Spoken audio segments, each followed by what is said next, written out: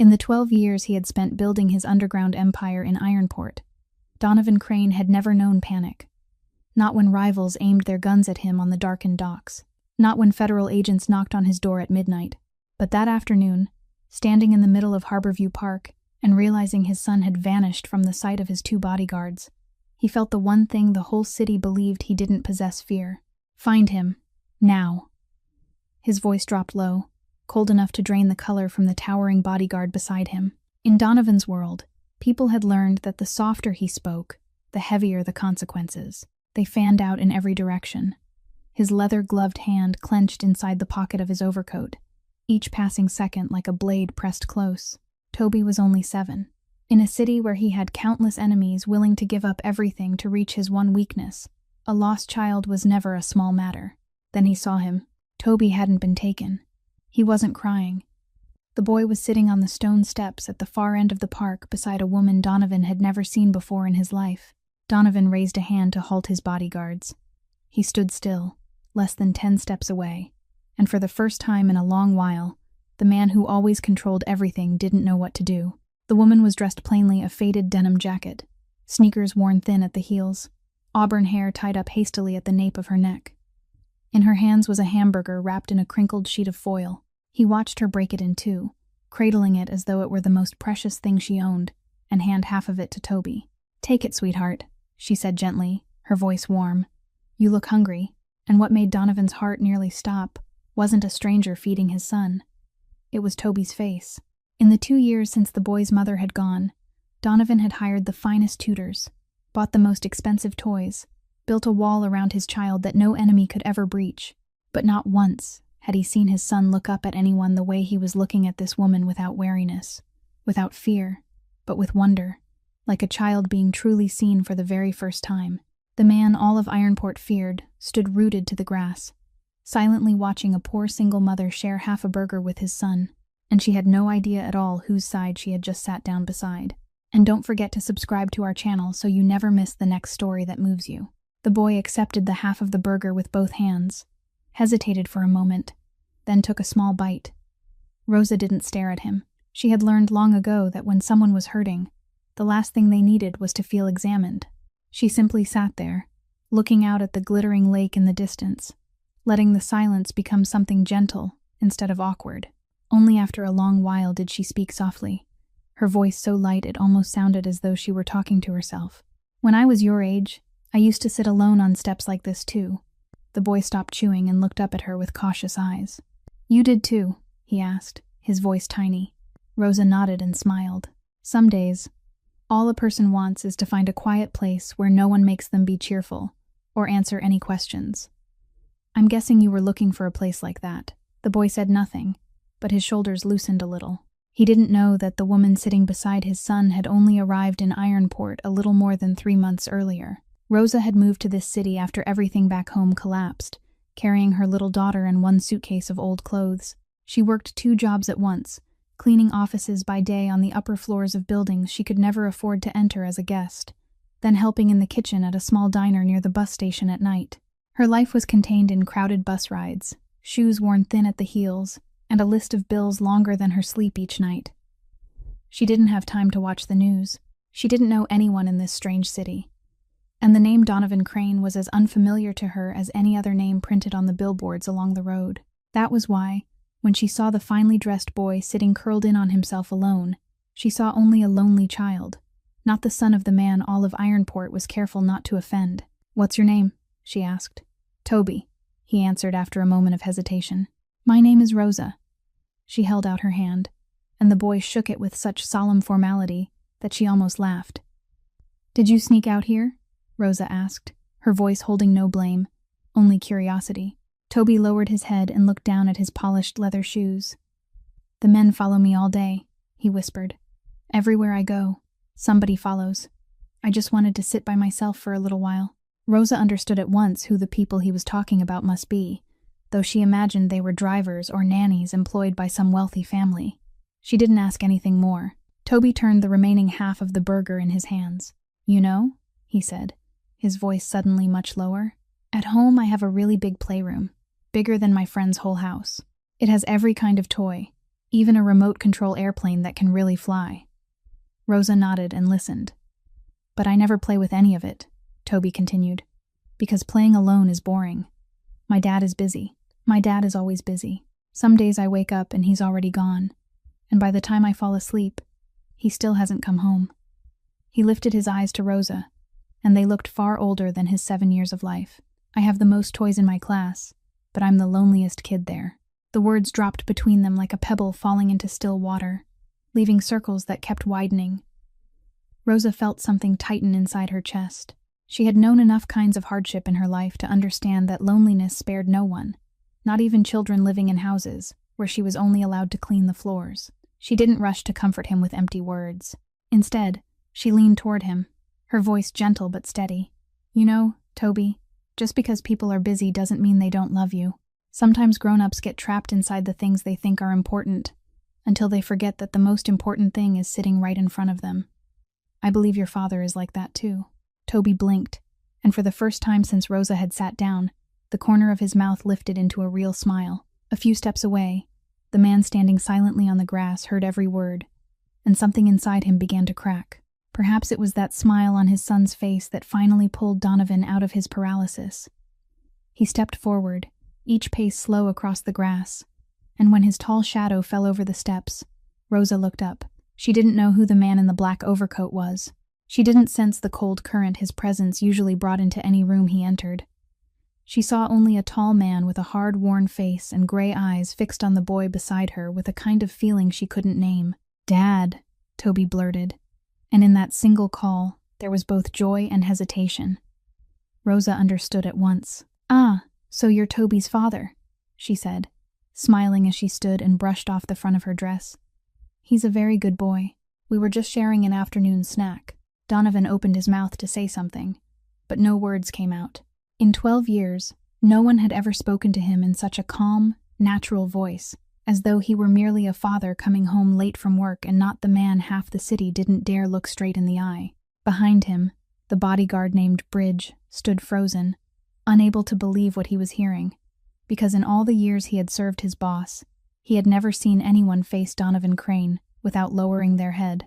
"Thank you," Donovan finally said, his voice rougher than usual. "Thank you for staying with the boy." Rosa waved it off, as though it were nothing worth mentioning. "It's all right. He looked so sad sitting here alone, and I was going to eat dinner anyway. It's nicer when there's someone to sit with." She bent down to look at Toby and lightly ruffled his hair. "Your father's here to take you home now. Next time, don't run off so far. You'll make everyone worry." Toby nodded, but his eyes stayed fixed on Rosa, as if he didn't want to let her go. Donovan slipped a hand inside his coat and drew out a thick stack of money, crisp new bills lying flat against one another. He held it out toward her. "Take it. Consider it my thanks for the meal and for your time." Rosa looked at the money in his hand, then looked up at his face, and what she did next left both Bridge and Donovan stunned. She shook her head. "Put it away. I'm not taking it." Donovan frowned, as though he couldn't understand the answer. "This isn't about money," he said. "I only want to." "I know what you want," Rosa gently cut in, and there was no sharpness in her voice at all, only a quiet certainty. "But I shared half a burger with him because I wanted to, not because I expected to be paid for it. If I take your money now, then what I just did won't mean anything anymore." She gave a small shrug.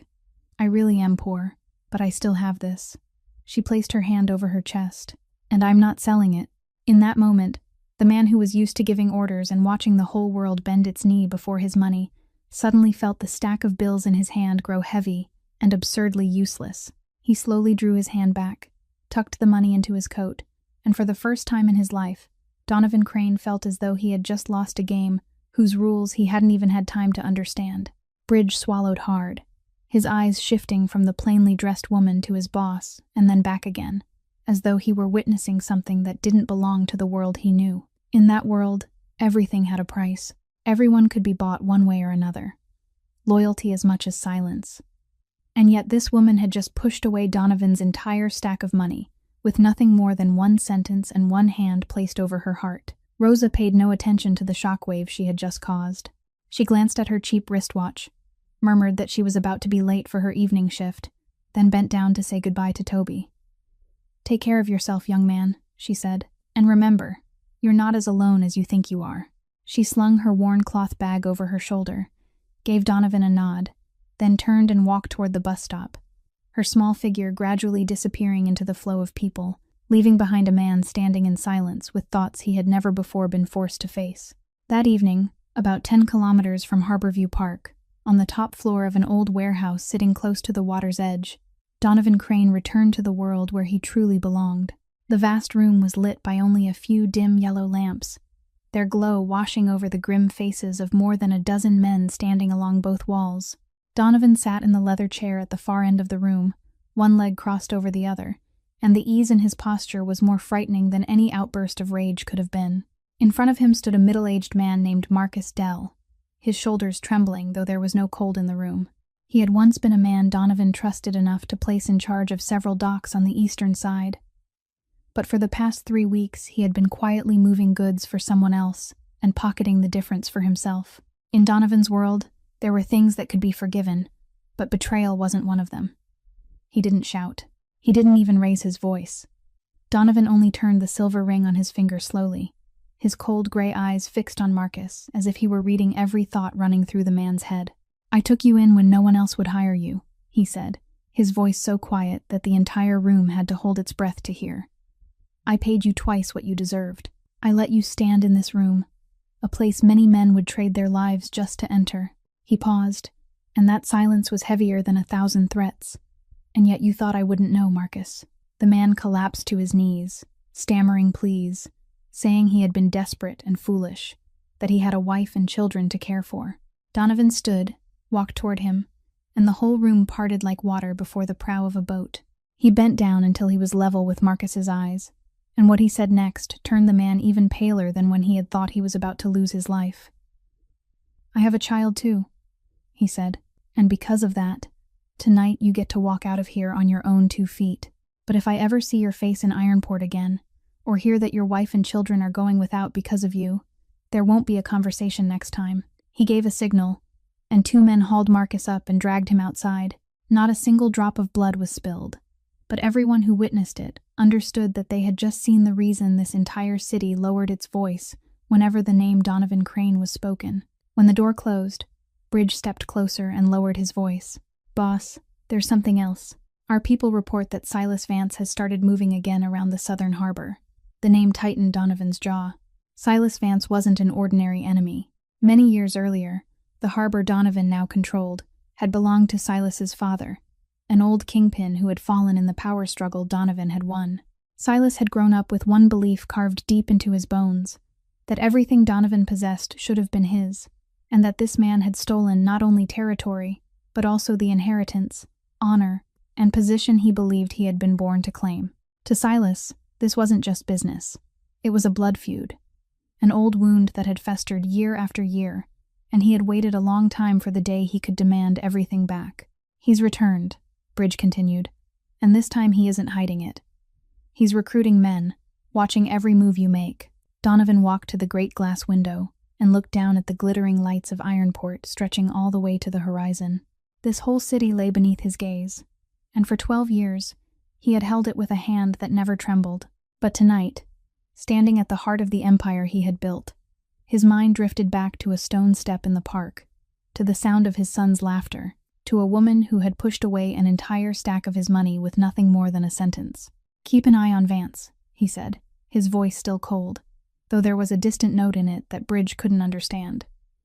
"I want to know where he eats, where he sleeps, and who he meets." Bridge nodded and withdrew. Left alone, Donovan tightened his gloved hand, and for the first time in many years, he realized he had something to lose that mattered more than this empire. While Donovan stood in the heart of his empire, looking down over the entire city, Rosa was in another corner of Ironport, stepping off the last bus and walking nearly 1 more kilometer to reach her apartment. It was on the 3rd floor of an old building, where the stairwell always carried a faint smell of damp mold, and the light bulb in the hallway had been broken since the week before, though the landlord still hadn't bothered to replace it. The apartment was only one small room, just large enough for 1 bed, a wobbly dining table, and a tiny kitchen corner. But to Rosa, this was the whole world, because inside that cramped little world, The most precious thing in her life was sleeping soundly. Mrs. Alvarez, the neighbor who watched Maddie for her every evening in exchange for a small amount of money, gently pressed a finger to her lips when Rosa came in. "She was very good," the woman whispered. She finished all her rice before she agreed to go to sleep. Rosa thanked her again and again, pressed a few small bills into her hand, then saw her to the door. She tiptoed over to the bed, where her little daughter lay curled up, hugging a stuffed bear whose one ear had been worn almost bare. Maddie was only 5 years old, with tangled curls and dimples that made Rosa forget every trace of exhaustion whenever she looked at them. She bent down and kissed her daughter's forehead, and as if the child could feel the familiar warmth of her mother, Maddie stirred slightly and opened her eyes. "Mommy's home," Maddie murmured through her sleepiness. "Mommy's home now," Rosa whispered, brushing the loose strands of hair away from her forehead. "Go back to sleep." But the little girl was already more awake, sitting up, rubbing her eyes, and asking her mother to tell her a story. Rosa knew she was worn to the bone, her legs almost numb after 2 work shifts, but she never refused her daughter that one thing. She lay down beside her, pulled the blanket over them both, and began telling a story she made up herself about a princess who lived in a small castle but had a great big heart. Maddie giggled, and to Rosa, that laughter was worth more than all the money she had never had. That night, after the little girl had drifted back to sleep, Rosa lay staring up at the ceiling, stained with old watermarks, and let her mind wander somewhere far away. She thought about little Toby in the park, about the loneliness in his eyes, and for some reason her heart tightened so painfully. Perhaps it was because she understood that feeling better than almost anyone. Rosa had grown up in houses that were never really hers, passed from one foster family to another, always the child sitting at the edge of every meal, the child no one was truly waiting for at home. She had once sat on unfamiliar steps, hugging her knees as she watched other children being picked up by their parents, and taught herself to say that it was all right, that she was fine. Those years had taught her one lesson she had carried for the rest of her life: that loneliness was the hungriest thing in the world, hungrier even than an empty stomach, and that sometimes a stranger willing to sit down beside someone could save an entire soul. That was why she never walked past a hurting person without stopping, even when there were only a few coins left in her pocket. She had no idea that the half of a burger she had shared with a lonely child in the park that day had touched a world she couldn't possibly imagine, a world of power and darkness that felt tens of thousands of miles away from her tiny apartment. To Rosa, it had only been one ordinary kindness among many ordinary kindnesses she had done before, something that would soon fade into forgetfulness amid the daily worries of food, rent, and survival. She pulled the blanket over her daughter once more, closed her eyes, and slipped into a brief sleep before the alarm clock would ring again in the dim gray of early morning. Outside, the city of Ironport was still awake, and the gears of fate had already begun to turn, drawing her life and the life of the most powerful man in the city closer together in a way no one could have foreseen. Inside the vast mansion set behind tall iron gates and perfectly trimmed hedges, something strange was happening, something Donovan himself did not notice at first. That evening, for the first time in a very long while, Toby did not eat dinner in silence and then retreat to his playroom alone as he usually did. The boy lingered at the long dining table, swinging his legs that still did not reach the floor, and began to talk. "Dad, her name is Rosa," he said, his eyes lighting up in a way Donovan could not remember seeing for a long time. "She didn't ask me 1,000 questions like the tutors do. She just sat down beside me. And you know what, Dad? She broke her burger in half and gave part of it to me, even though I could tell she was hungry too. She said she shared it because she wanted to." Donovan set down his knife and fork and listened. He had grown so used to silent dinners that the sound of his son talking so eagerly left him unsure how to respond. All through the meal, the name Rosa came up again and again like a refrain. "She told me I'm not as alone as I think, Dad. She said grown-ups being busy doesn't mean they don't love you." Toby told him about the way she smiled, the way she ruffled his hair, the way she told him not to run so far next time because he would make everyone worry. The boy even remembered the color of her faded coat and the worn cloth bag she carried over her shoulder.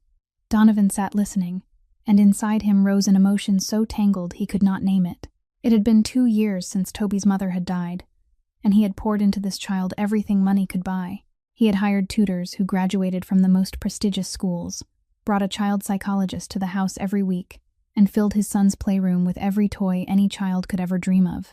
And yet not one of those things had made Toby's eyes shine the way they did now, as he talked about a poor woman and half a burger shared on the steps of a park. When Donovan tucked his son into bed that night, Toby caught his sleeve before he could turn off the light. "Dad, can we go to the park again tomorrow?" he asked, his voice full of hope. "Maybe Miss Rosa will be there." Donovan went still. "We'll see, son," he answered, a reply he knew was an evasion the moment it left his mouth. But when he stepped out of his son's room and closed the door behind him, Toby's question followed him down the long, hollow hallway. Standing alone in his dark study, Donovan poured himself a glass of liquor but did not drink it. He thought about the woman in the park, about the way she had pushed away his stack of money, about the sentence she had spoken with one hand pressed over her heart when she told him she would not sell that part of herself. He had spent his whole life believing that everything in this world had a price, that power and money could buy obedience, loyalty, even affection. But this woman, in a single afternoon, had done what all his fortune had failed to do for 2 years. She had made his son smile. Donovan was not the kind of man who let things he did not understand simply pass him by. He picked up the phone and called Bridge. "There is a woman," he said, his voice low and clear. "Her name is Rosa. She was at Harborview Park this afternoon. I want to know who she is, where she lives, and what she does for a living." On the other end of the line, Bridge hesitated for a moment, because he understood too well that when his boss asked for someone to be investigated, that person was usually in serious trouble. But this time, there was something different in Donovan's voice. Not the coldness of a predator, but a curiosity, almost soft enough to sound like weakness. Something Bridge had never heard from him before. "I don't want anyone bothering her," Donovan added, as though he had read his subordinate's thoughts. "Just find out." He hung up, walked to the window, and for the first time in many years, the most powerful man in Ironport found himself curious about a person not because she was a threat, but because she held a secret he longed to understand. Within only 2 days, Bridge had placed a thin file on Donovan's desk. Rosalind Hartley, 27 years old, newly arrived in Ironport a little more than 3 months earlier, working 2 jobs at once, raising her little daughter alone in a rented apartment in a poor working-class neighborhood on the west side of the city. No suspicious debts, no shady connections, no ties to any power in the city. Just a woman struggling to live decently in a place where decent living did not come easily. Donovan read that file again and again, and the more he read, the more he felt something drawing him closer to this person. The following evening, instead of sitting in the old warehouse by the water's edge or in his dark study, Donovan Crane did something even Bridge had not expected. He told the driver to take him to a shabby little diner near the bus station, the place where the file said Rosa worked the evening shift. The diner was cramped, lit by dim yellow lights, the smell of grease and coffee mingling in the air. Donovan walked in, wearing his expensive black overcoat, and his presence made the whole diner pause for a moment. Though no one knew who he was, people could still feel a strange current coming from this man. He sat down at a table in the corner, and when Rosa stepped out from the kitchen with an apron tied around her waist, she stopped short as she recognized him. "Toby's father," she said, both surprised and wary. "Are you looking for me?" Donovan nodded. And for the first time in his life, the man who was used to controlling every conversation found himself awkwardly searching for words. "I didn't mean to bother you at work," he said, his voice somewhat stiff, "but I wanted to thank you in a more proper way than a stack of money." Rosa crossed her arms and stood a short distance from the table. "I already told you. I don't need to be thanked. I only did what anyone should do." "But not everyone does," Donovan replied, and the truth of that sentence was enough to make Rosa fall silent. He cleared his throat, turning the silver ring on his finger, a habit that revealed itself whenever he was not entirely in control of the situation. "My son has been talking about you for 2 days. I've never seen him like this." He paused, as though wrestling with words that did not belong to his world. "I would like to invite you and your daughter to a meal. A proper one. A decent one. Not to repay you, but because I think Toby would be happy to see you again. And perhaps I would be too." The last sentence came out so quietly it was almost a murmur, and the clumsiness of that powerful man carried something both strange and honest. Rosa looked at him for a long while, torn inside. She did not know this man. She knew nothing about him except that he was wealthy, and that there was something about him that made people keep their distance. The instincts of a cautious single mother told her to refuse, to keep away from a rich stranger who had suddenly appeared at her workplace. "I don't know you," she said plainly, "and I have to be careful. Because I have a daughter. Donovan nodded, without the slightest sign of offense. You're right, he answered. You know nothing about me. If I were you, I'd be careful too. That honesty surprised Rosa a little. She glanced through the small window, where people outside were still hurrying past, then thought of the lonely little boy whose eyes had brightened when someone listened to him. She was not doing this for the man in front of her, but for that child. One meal, she finally said, her voice still cautious but softer now. Somewhere public, during the day, and I'll bring Maddie with me. If it makes Toby happy, I'm willing. But I'm telling you now, I don't need anything from you except that. Donovan nodded, and something almost like relief passed across his hard-worn face. Agreed, he said. Thank you, Rosa.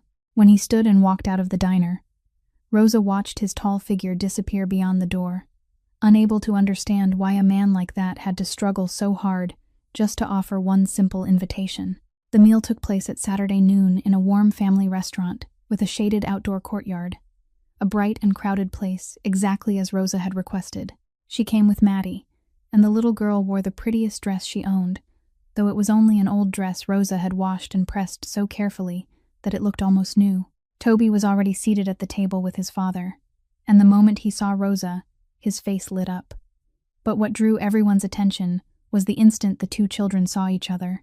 Maddie, with the fearless innocence of a 5-year-old child who had never learned to recognize barriers, ran straight over to Toby and announced that his shirt had a dinosaur on it that she liked, then immediately asked whether he knew what a Tyrannosaurus Rex ate. Toby, who was used to children at school keeping their distance because they knew who his father was stunned by this friendship that came with no hesitation at all. He stammered that a Tyrannosaurus Rex ate meat, and Maddie cried out in delight, pulled out a chair beside him, and began an endless stream of questions about dinosaurs, about outer space, and about why the sky was blue.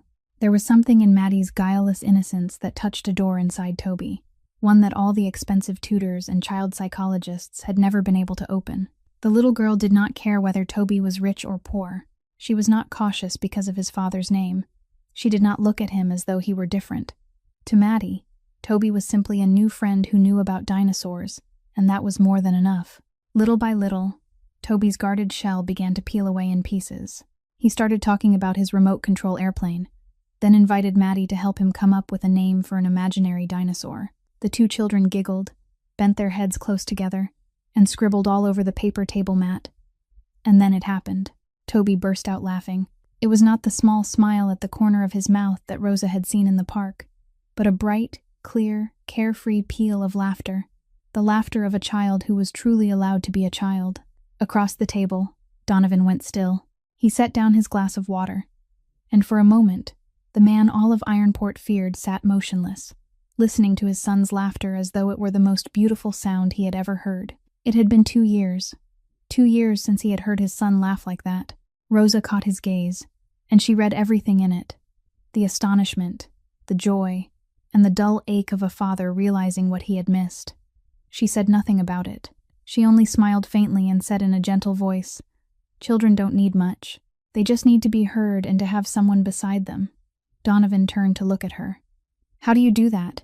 he asked, his voice low. "How do you know what to do with them?" Rosa shrugged, her eyes following the two children as they chattered happily. "I don't know what to do at all," she answered honestly. "I'm just present. I think people keep believing that loving a child means giving them so many things, but what they remember most are the moments when someone was truly there with them, not halfway there, not listening while looking at a phone, but really there." Her words were simple, but to Donovan, they were like a shaft of light falling into a dark room where he had lived for far too long. Throughout the meal, Donovan said little, but he watched. He watched the way Rosa bent down to wipe sauce from her daughter's chin, the way she listened to Maddie's stories with the kind of attention that made them seem like the most important thing in the world, the way she gently encouraged Toby whenever he grew shy. And he realized that this woman, who had nothing in her hands but love, was wealthy in a way his entire fortune could never match. When the meal ended, and the two children hugged each other and promised to meet again, Toby ran over and took Rosa's hand, looking up as he asked whether he could see her and Maddie again. Rosa bent down, smiled, and said of course.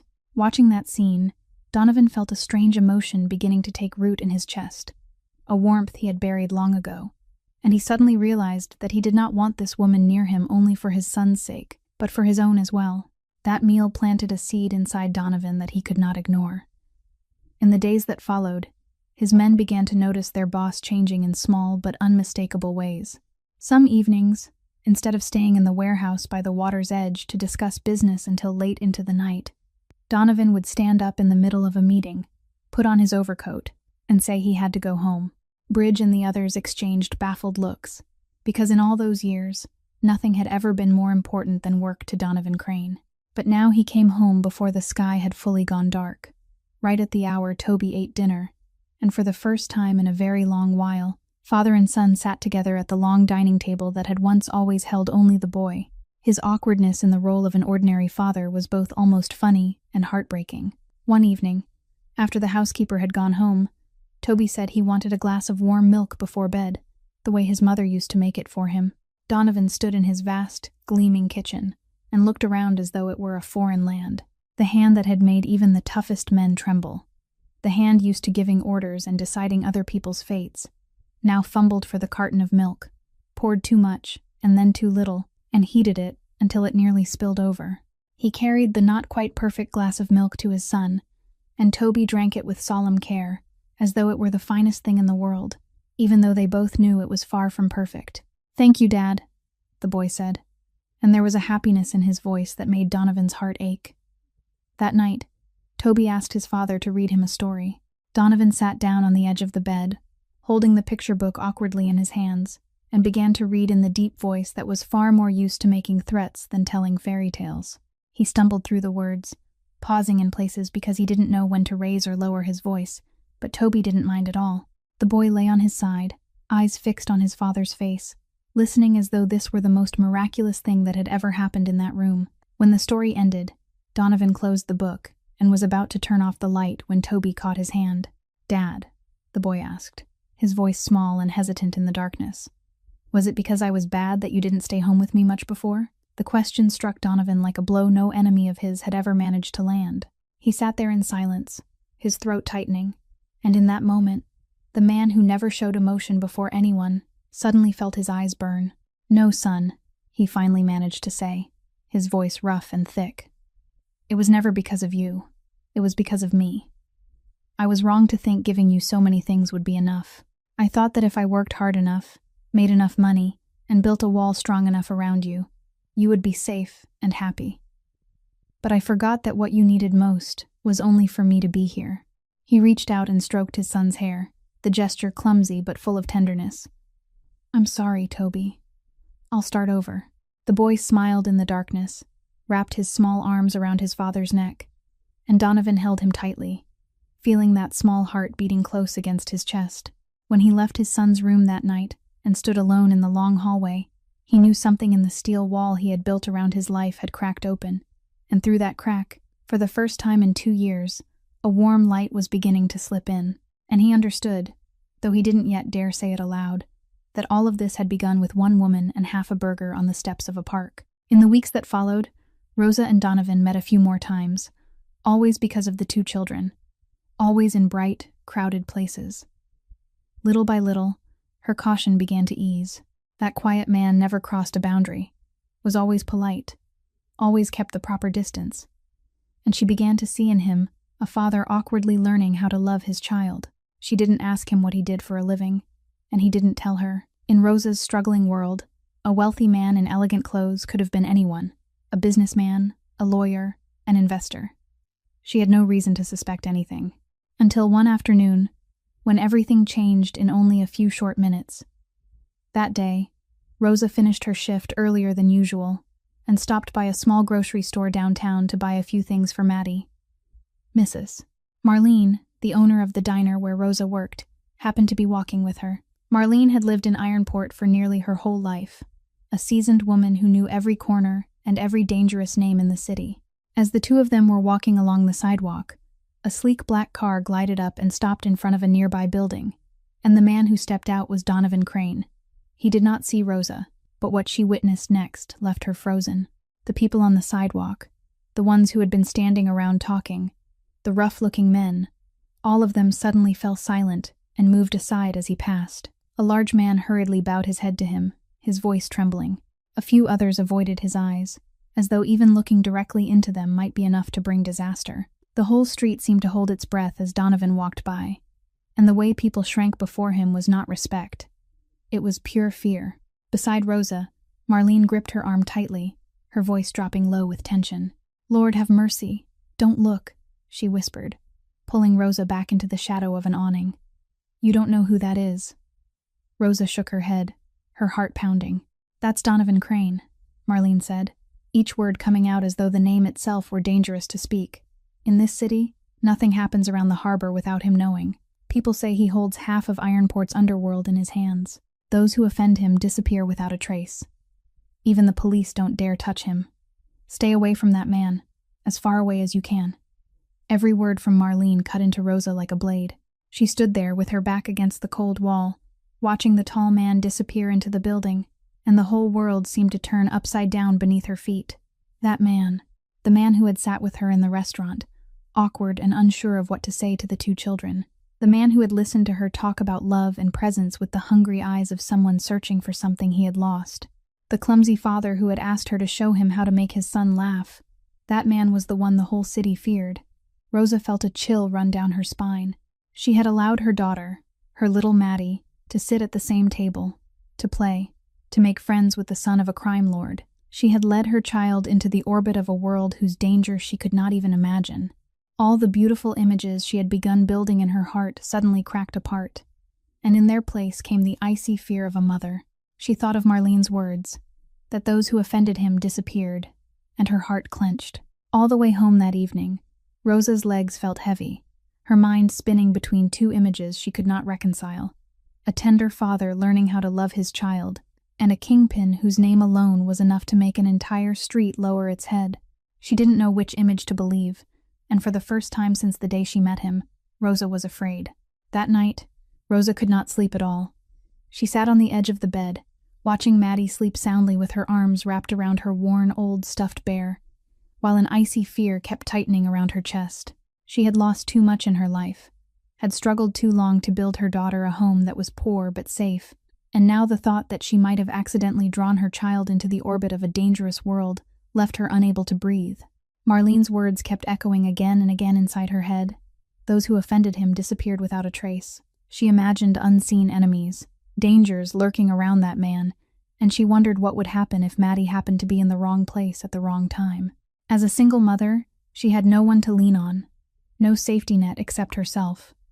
She could not take that risk. She would not take that risk. But even as that decision took shape, something else inside her rose up in protest. She thought of the man she had truly met, not the frightening shadow on the street, but the father sitting awkwardly at the table, the man who had asked her how to make his son laugh, the man who had listened to her speak about love with the eyes of someone starving to be saved. She had seen the way he looked at Toby, and that kind of love could not be faked. Could a father who loved his child that deeply be a completely cruel man? Her heart told her that he was far more complicated than the name the whole city whispered in fear. But then reason pushed the thought aside, because she had no right to gamble her daughter's safety on a feeling. She was not living for herself alone. She had Maddie, and a mother had to put her child above everything, even above the things her heart quietly longed for. The next morning, when her phone rang and the screen showed a number she had come to recognize, Rosa let it ring until it went silent. The second time it rang, she still did not answer. When a message appeared, Donovan asking whether the children could meet that weekend because Toby was looking forward to it so much. She stared at it for a long time, her fingers trembling, then finally typed back a few short lines, saying she was sorry, but she had been too busy lately, and perhaps they should not see each other anymore. She sent it before she could change her mind, then buried her face in both hands. This was the third time she had refused that man, but this time was entirely different from the two before it. The first time, she had refused his stack of money because of her self-respect. The second time, she had been cautious because he was a stranger. But this time, she was turning away not because of pride or wariness, but because of real fear. The fear of a mother who wanted to protect her only child at any cost. But what hurt her most was not that man, it was the boy. A few days later, when Rosa was walking past Harborview Park with Maddie on their way home, the little girl suddenly tugged at her hand and pointed toward the familiar stone steps. "Mommy, there's Toby," Maddie cried. Rosa looked up, and her heart seemed to clench. Toby was sitting there with his nanny, his small shoulders drawn inward in the same lonely posture she had seen the first time she met him. When the boy's eyes met Rosa's, his face brightened for a brief moment with hope, then fell again when he saw that she was not coming closer. He did not understand why the woman he cared about had suddenly disappeared, why their happy meetings had abruptly stopped. Rosa tightened her grip on Maddie's hand, turned away quickly before the little girl could run toward him, and walked on with tears blurring her eyes. She told herself she was doing the right thing, that she was protecting her daughter. But why did the right thing make her heart break so badly? And why did the image of that boy's disappointed eyes keep haunting her, refusing to leave her in peace? Donovan was not the kind of man who easily accepted a closed door without understanding the reason behind it. When his messages were met only with silence, and when Toby grew quieter by the day, he decided to find the answer himself. One evening, he went to Rosa's apartment, bringing no bodyguards, no luxury car, only himself standing before the old door on the 3rd floor. When Rosa opened the door and saw him, she took one step back, and he immediately read the fear in her eyes. "You know now," he said softly, not as a question, but as a fact. Rosa tightened her hand around the doorknob. "I know who you are now, Donovan. People told me about you, and I have a child to protect."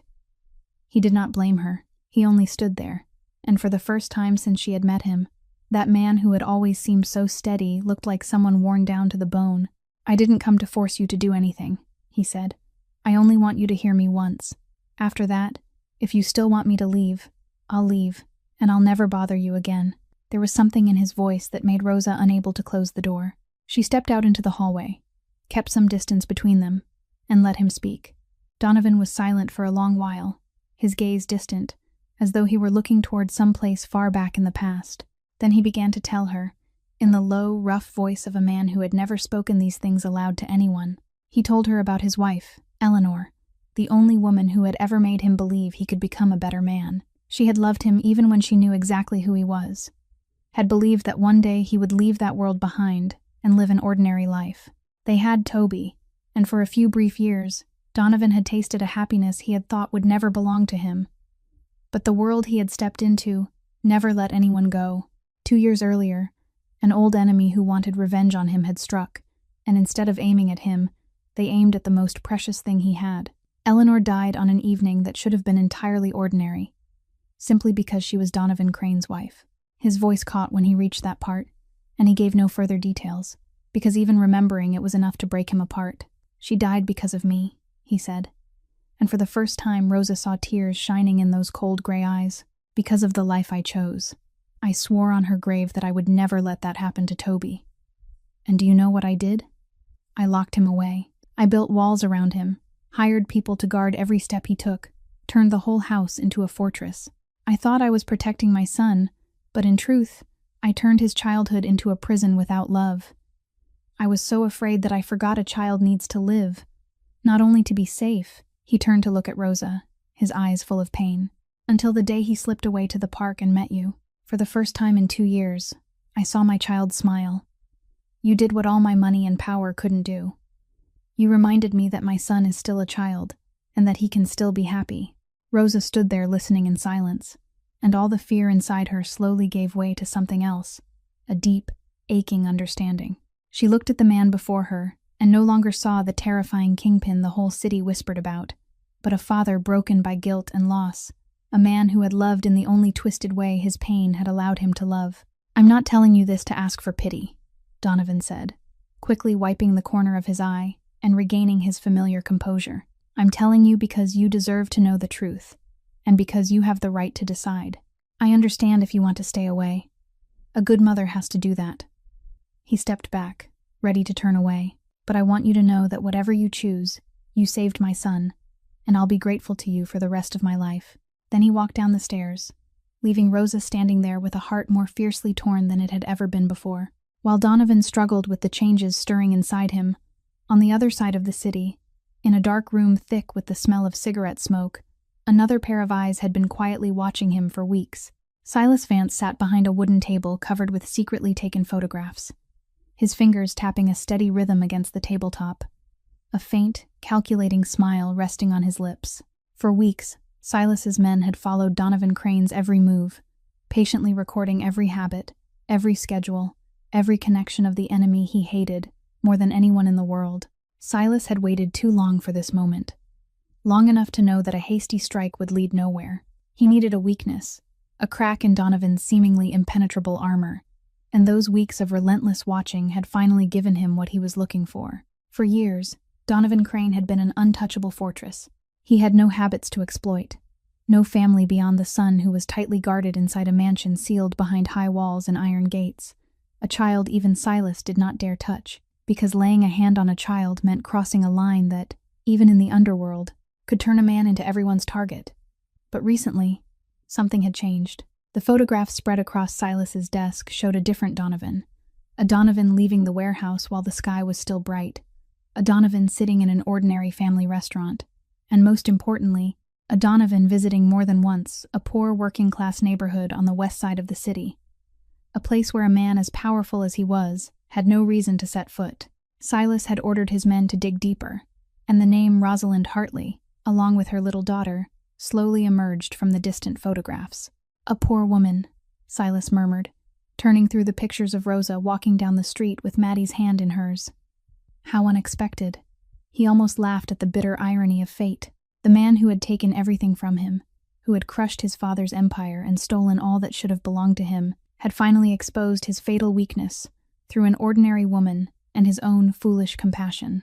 To Silas, this was no longer simply a fight over territory. This was a chance to collect the blood debt that had burned inside him for so many years, to make Donovan taste the very loss Silas had endured when he watched his father fall and his inheritance vanish like smoke. He wanted Donovan to understand what it felt like to stand helpless while something precious was ripped from his hands, and there was nothing he could do. "Find out more about this woman," Silas ordered the subordinate standing beside him, his voice cold and flat. "Where she works, how she moves around, what time she gets off. I want to know everything." The subordinate nodded and wrote it down. "But what about the little girl?" he asked. Silas waved a hand, a flicker of calculation crossing his eyes. "I'm not touching the children," he said. Not out of kindness, but because even he understood the price of crossing that line. "I only need the woman. Just touching her will be enough to make Crane lose his mind. A lion that loses its coldness is nothing more than a wounded beast. And a wounded beast is far easier to kill." He stood, walked to the window, and looked down at the city glittering with lights, the very city Donovan held in his hands, the city Silas believed should have been his. The storm was drawing close, and this time he would not miss his chance. In the darkness of the room, Silas Vance's smile was as cold as a blade, and somewhere else in the city, Rosa had no idea that her kindness had unknowingly placed her in the sights of one of the most dangerous men alive. That evening was a Friday evening, and Mrs. Marlene's diner was busier than usual. Before starting her shift, Rosa had taken Maddie to Mrs. Alvarez's place as she always did, reminding the little girl to be good and promising she would come home early to finish the unfinished story about the princess. The child wrapped her arms tightly around her mother's neck, then happily ran into the neighbor's warm apartment, where she would be safe and far away from everything that was about to happen. Toby, too, was at home that same evening with his nanny inside the mansion sealed behind high gates, completely unaware of what was slowly closing in around the woman he cared for. Both children were somewhere safe, far from the darkness creeping closer. And that was the only thing that later, when everything had passed, both Rosa and Donovan would silently thank fate for. When the diner closed and the last customers had left, Rosa untied her apron, said goodbye to Marlene, then stepped out into the parking lot behind the diner to catch the last bus. The lot was deserted, with only the yellowish streetlights shining down on puddles left behind after the afternoon rain. She had taken only a few steps when she realized something was wrong. 2 black cars silently blocked the exit, and from the darkness, several tall figures stepped out, surrounding her in a way that made her heart pound hard. Rosa stopped, clutching her cloth bag tightly to her chest, instinct telling her these were not people who happened to be passing by. "Who are you?" she asked, trying to keep her voice from trembling. The tallest man stepped forward, wearing a black leather jacket, his face cold beneath the light. "Miss Hartley," he said, his voice flat and threatening. "Our boss wants to speak with you. It'll be easier for everyone if you come with us quietly." Rosa took one step back, her eyes darting quickly for a way out, but she was already surrounded. Her heart was screaming with fear, but inside that fear, one single thought kept her standing. She could not collapse, because at Mrs. Alvarez's apartment, Maddie was waiting for her to come home. "I don't know who you people are, and I don't know who your boss is," she said, her voice steadier now, though her hands were still shaking. "I'm just an ordinary waitress. You've got the wrong person." The man gave a cold little laugh, a smile with no warmth in it. "We don't have the wrong person, Miss Hartley. Rosalind Hartley, with a little daughter named Maddie.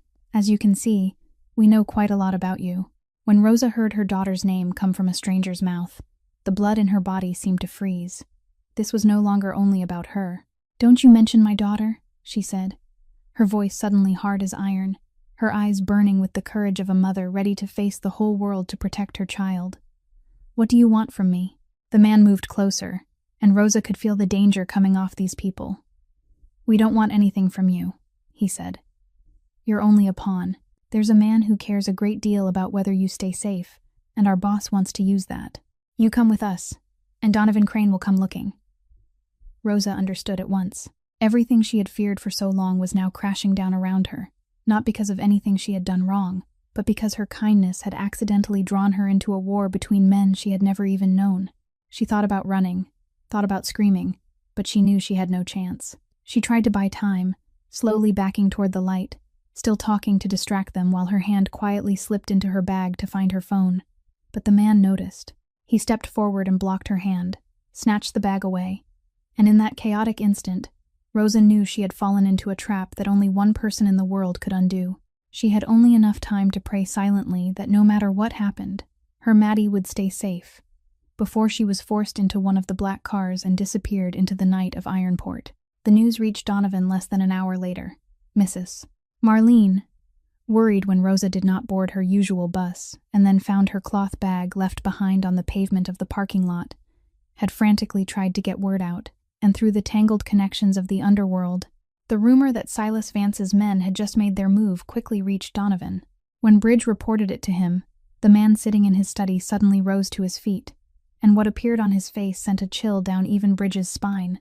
Though he had followed him for more than 10 years, it was not a loud explosion of anger.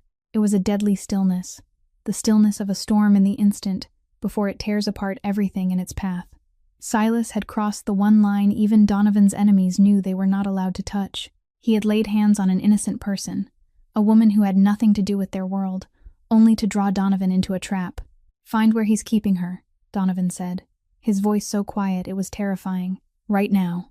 Donovan's network moved faster than any force in the city. In less than 2 hours, his men had traced the place where Silas was holding Rosa, an abandoned warehouse in the southern harbor, the very area Silas still dreamed of taking back. Donovan did not hesitate for even a second. He put on his black overcoat, and when he stepped out of the car in front of that warehouse with his most loyal men beside him, he was no longer the clumsy father heating milk for his son, or the man awkwardly searching for the words to invite someone to a meal. He was Donovan Crane, the man who had built an entire empire with a will of steel, and tonight all that power was focused on one single purpose. The warehouse door burst open, and what happened afterward proved exactly why all of Ironport feared his name. Silas's men, though numerous and fully armed, quickly realized they had misjudged the man they had provoked. Donovan and his men surged in with the decisiveness and precision of people who did not know hesitation, and one by one, Silas's henchmen were subdued, disarmed, and slammed to the ground before they even understood what was happening. In the middle of the warehouse, Rosa was tied to a chair, and when the door flew open, her eyes found Donovan through the chaos. In that moment, every fear she had carried about who he was disappeared, because what she saw was not a monster, but someone rushing in to save her. Silas Vance, realizing the game had turned against him, retreated into the corner of the room, his earlier arrogance now giving way to panic. Donovan walked toward him, each step slow, and the whole warehouse seemed to hold its breath. "You know the rules," Donovan said, his voice low and cold as ice. "In this filthy world of ours, there are lines no one is allowed to cross. You can come after me. You can fight over territory, money, power, and I'll accept those rules. But you touched an innocent woman to get what you wanted."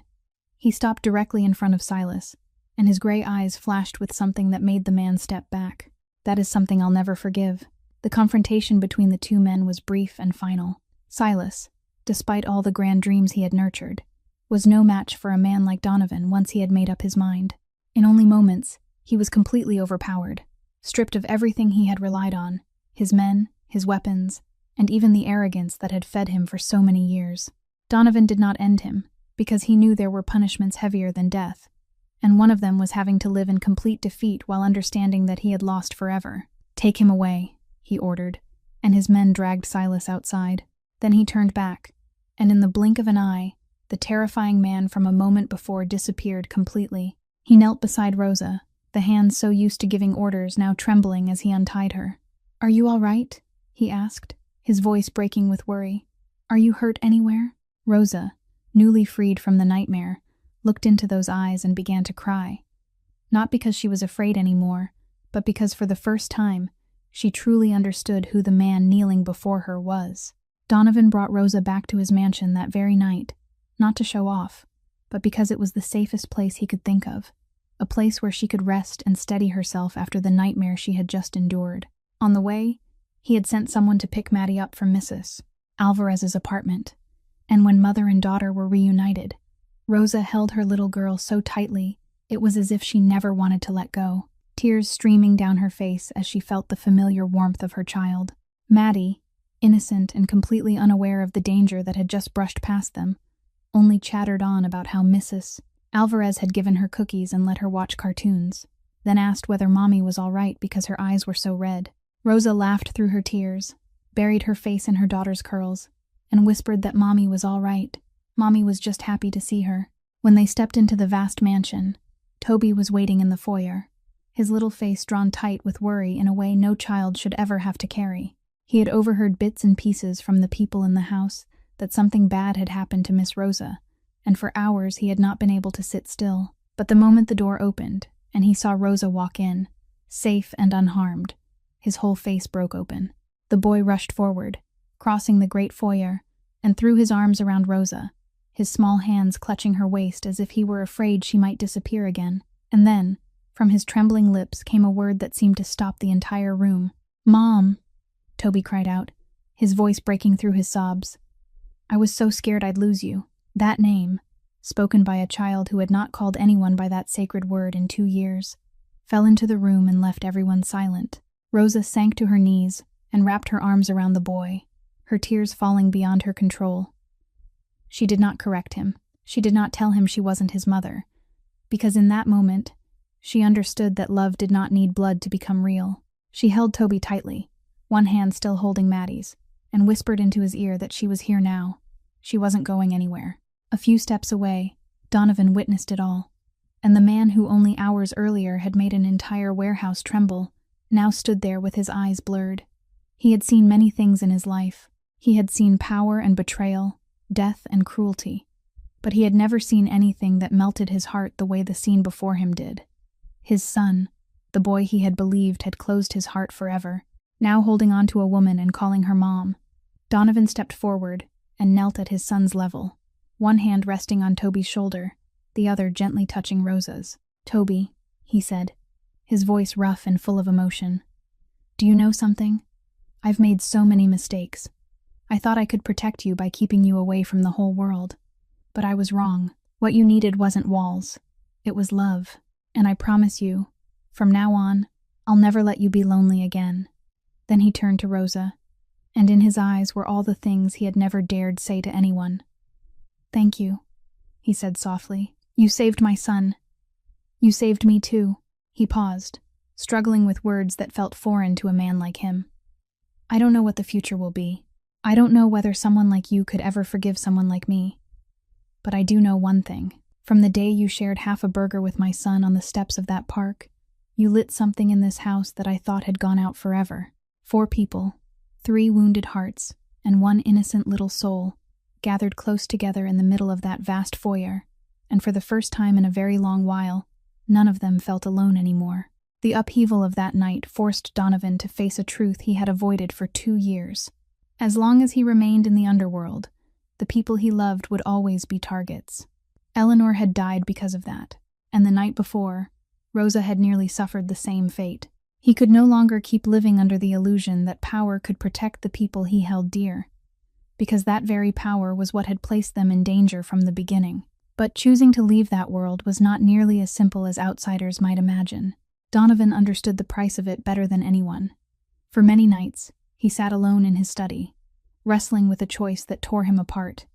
The power he had held for 12 years was not only money and fear, it was also a shield. Once he let go of it, he would become vulnerable to countless old enemies still watching from the shadows, men who were only waiting for him to weaken before they struck. Leaving the throne meant losing his loyal army, losing the network of eyes and ears spread throughout the city, losing the authority that had once made all of Ironport bow its head. He would have to protect his family without those weapons in his hands. One night, when Rosa came by so Toby and Maddie could play together, she found him standing silently by the window, weighed down by heavy thoughts. "What are you thinking about?" she asked softly. Donovan was quiet for a long while before he turned back. "I'm thinking of doing something," he said, "and I'm not sure I have the courage for it. I want to leave all of this behind. The world that killed Eleanor, the world that almost took you from me. But if I let go, I won't be the man who can protect the three of you the way I could before. There will be people who come for me. I'll have to start over from nothing, like an ordinary man, weak and unprotected." He looked at her, his eyes torn. "I'm afraid that giving up power to be free may be the very thing that leaves me unable to protect the people I love."